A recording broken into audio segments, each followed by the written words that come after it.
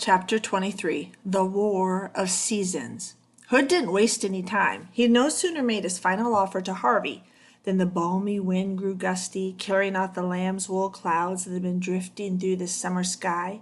In their place came a juggernaut, a thunderhead the size of a mountain, which loomed over the house like a shadow thrown against heaven. It had more than lightning at its dark heart. It had the light rains that came at early morning to coax forth the seeds of another spring.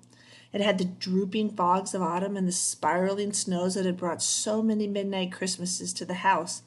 Now all three fell at once, rains, snows, and fogs, as a chilly sleet that all but covered the sun. It would have killed with the cold the flowers on the slope had the wind not reached them first, tearing through the blossoms with such vehemence that every petal and leaf was snatched up and into the air. Standing between this fragrant tide and the plummeting curtain of ice and cloud, Harvey was barely able to stay upright, but he planted his feet wide apart and resisted every blast and buffet, determined not to take shelter. The spectacle might be the last he set eyes upon as a free spirit, indeed as a living spirit. He intended to enjoy it. It was a sight to behold, a battle the likes of which the planet had never seen. To his left, shafts of sunlight pierced the storm clouds in the name of summer, only to be smothered by autumn's fogs, while to his right spring coaxed its legions out of bough and earth, then saw its buds murdered by winter's frost before they could show their colors. Attack after attack was mounted and repulsed, reveal and retreat sounded 100 times, but no one season was able to carry the day. It was soon impossible to distinguish defeats from victories. The rallies and the feints, the diversions and encirclements all became one confusion. Snows melted into rains as they fell. Rains were boiled into vapor and sweated new shoots out through the rot of their brothers. And somewhere in the midst of this chaos, the power that had brought about raised its voice in a rage, demanding that it cease. "Enough!" the Hood house yelled. "Enough!" But its voice, which had once carried such terrible authority, had grown weak. Its orders went unnoticed, or if noticed, then unobeyed. The seasons raged on, throwing themselves against each other with rare abandon, and in passing tearing at the house which stood in the midst of their battlefield. The walls, which had begun to teeter as Hood's power diminished, were thrown over by the raging wind. The chimneys were racked by thunder and toppled. The lightning rods struck so many times they melted and fell through the slateless roof in a burning rain, setting fire to every floorboard, banister, and stick of furniture they touched.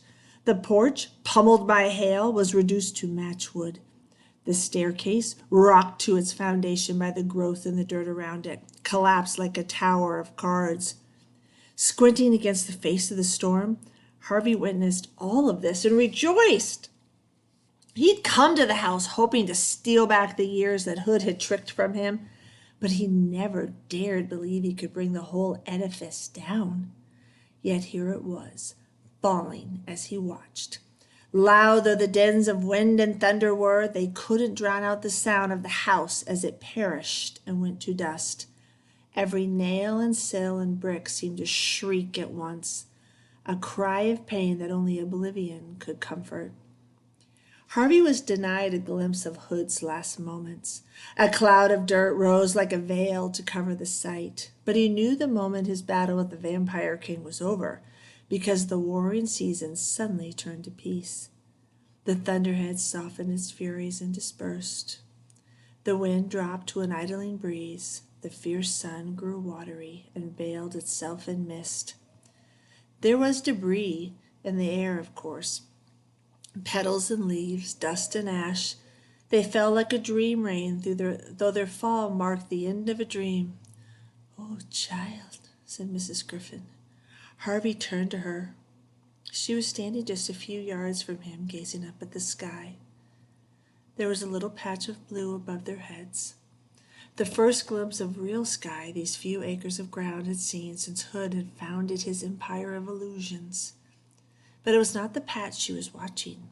It was a congregation of floating lights. the same that Harvey had seen Hood feeding upon in the attic, which had been freed by the collapse of the house. They were now moving in a steady stream towards the lake. "The children's souls," she said, her voice growing thinner as she spoke the word. "Beautiful." Her body was no longer solid, Harvey saw.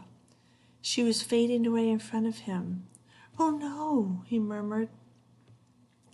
She took her eyes off the sky and stared down at her arms and the cat she was carrying in them. It too was growing insubstantial. "Look at us," Miss Griffin said with a smile upon her weary face. "It feels so wonderful." "But you're disappearing." "I've lingered here far too long, sweet boy," she said. There were tears glistening on her face, but they were tears of joy, not of sadness.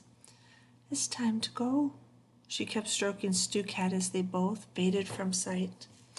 "You are the brightest soul I ever met, Harvey Swick," she said. "Keep shining, won't you?"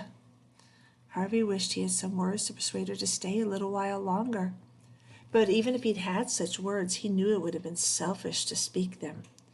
Mrs. Griffin had another life to go to, where every soul shone. "Goodbye, child," she said. "Wherever I go, I'll speak of you with love." Then her ghostly form flickered out, leaving Harvey alone in the ruins.